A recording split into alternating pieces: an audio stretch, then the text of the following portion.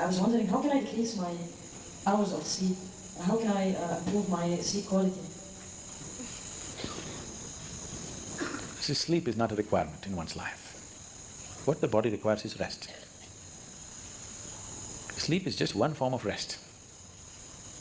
A lot of people are beginning to think, in Tamil Nadu if somebody says, rest pannikranga, means they're sleeping.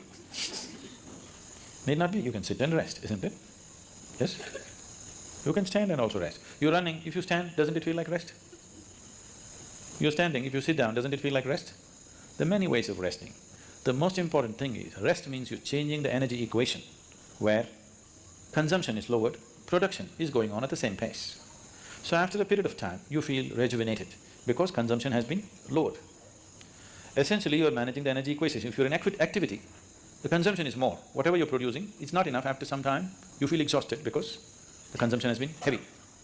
If you lower the consumption and increase the production, after some time you feel energized. Suppose you're running. If you run a mile, after that you can't take another step, let's say.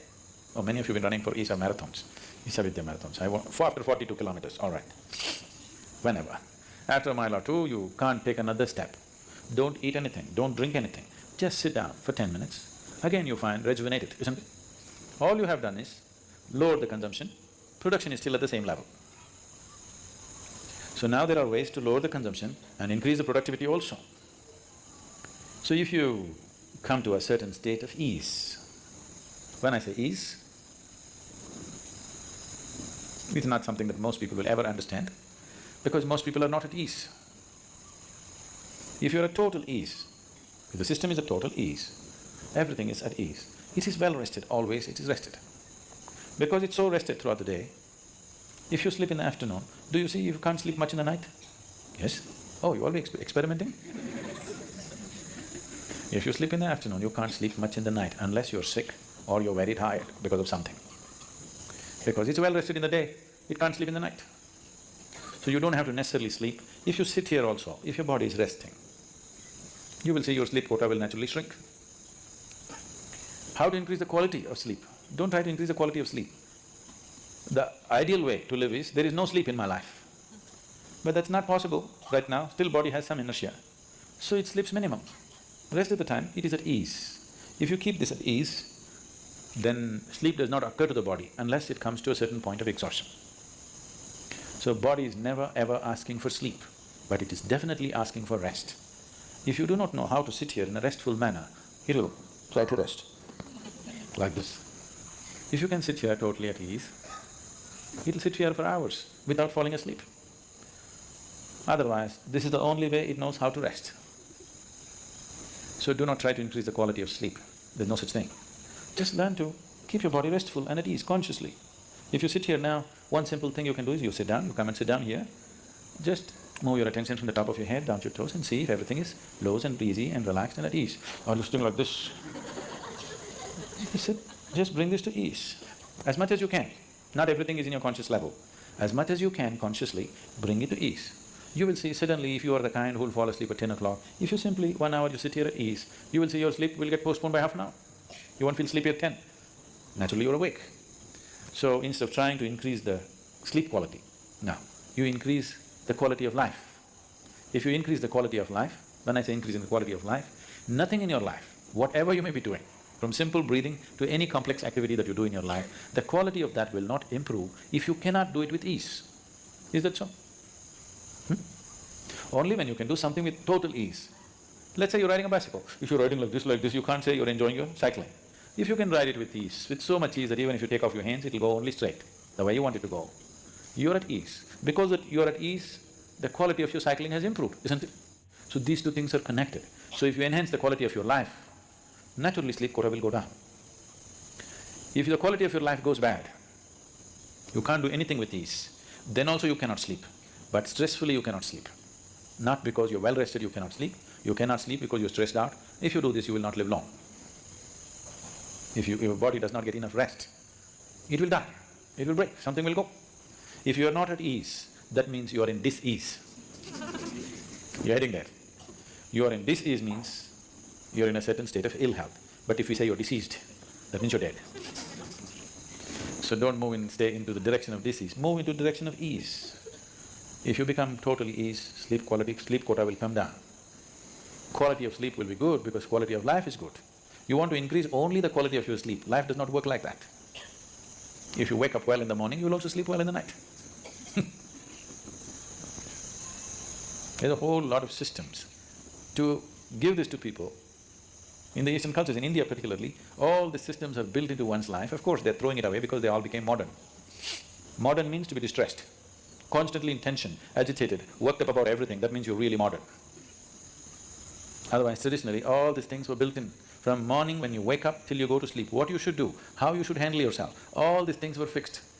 Till the beginning of this generation, everybody was aware. Suddenly, they all become English educated and they become modern and tense.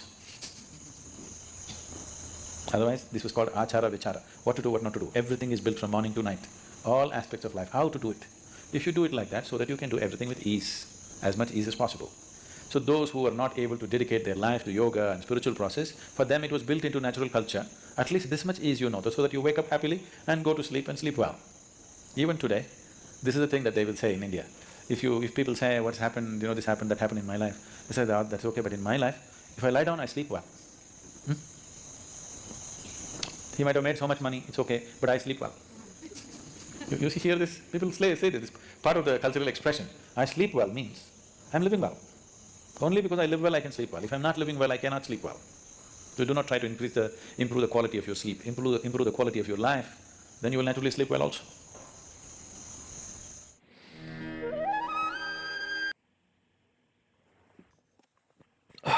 Hello guys, hoping you're having a good day. So that's an interesting perspective on sleep, and that's not the first time I've encountered that. Like over and over, I'm encountering this counter narrative to this enforced version of sleep that one has to sleep 8 to 10 hours.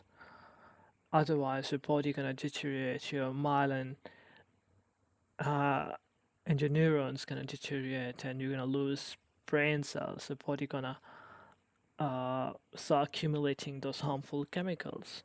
Uh, Both like scientifically and humanly, uh, we have different variety of arguments on that. Very orthodox people, like spiritualists, say that if you're living with ease, then the amount of sleep you're gonna need to get rid of the toxicity out of your body gonna be lesser as compared to when you're living tense and stressful and all those cortisol levels are very high. All this accumulation of toxins are inside your body, appearing in form of physiological pain. And that's a one point that's like very interesting. That when you are happy, when you're at ease, when you're enjoying what you do, or you're doing things voluntarily, then you're at ease. You're not at survival. You're not kicking in your survival instincts. You're just living. And that living, the sleep gonna be less as compared to, well, once the survival kick in, then you're gonna be exhausted. Although be sleeping well, like you have a danger to be getting killed, because we are this archaic humans. We do have understanding, like our body to understand we're living in this modern world, which is much safer than we used to live in the jungles and forest. So at the end of the day, it's very subjective. Like science introduced that idea that your body need 8 hours of rest. Okay, fair enough. They do have their evidence, but practically, if you observe those spiritual leaders who are very oriental in their understanding, they don't sleep much. Like 3 hours, 4 hours is max they do, and rest is spent doing the work which they care about voluntarily. So there are few things under the bedrock. First, you have to voluntarily enjoy the thing, enjoy the hard thing, and those are thing hard for you in your perception, because once your mind is like, okay, that's something adventurous, I'm gonna learn it one step at a time, not gonna like wreck myself. Uh, so if you go by step process and believe, okay, you can achieve that, So you're not gonna have that stress levels same as the person who'll be like, oh, I have to achieve it. So you don't have to force it. And then once about the body, you have to give body, take care of your body. Like you have to take the shower, you have to clean yourself, you have to mentally you have to stay relaxed. We are living in this like weird. A lot of us are doing corporate jobs, and every 10 seconds thing gonna pop up like the email, the chat, the Slack message, and then you're tense. Oh, what's going on? I'll be kicked out. So your survival instinct are kicking in every 10 seconds, and you're under constant pressure to rest, and that's like slowly it get hold of you in a way that disease is starting to appear. Your gut flora getting irritated, then you develop IBS, you develop stress syndrome, panic attacks, like distress sleeping, irregular eating pattern. So all those things appear not like suddenly, but eventually once you encounter those things over and over.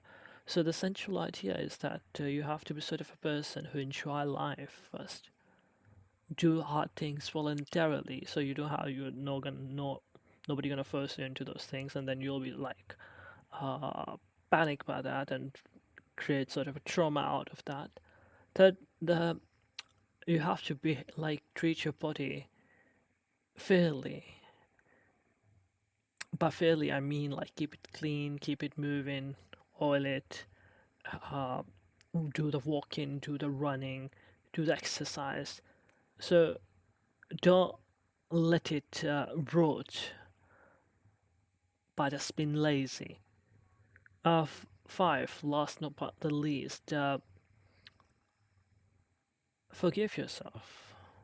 Forgive yourself in a way that if you're sleeping like 10 hours a day, it's all right. Your body might need it, and but at the end of the day, it's your responsibility to treat it right. So it does not need that much sleep, and you can do it projectively. You can uh, conserve your energy, then use it projectively on other things.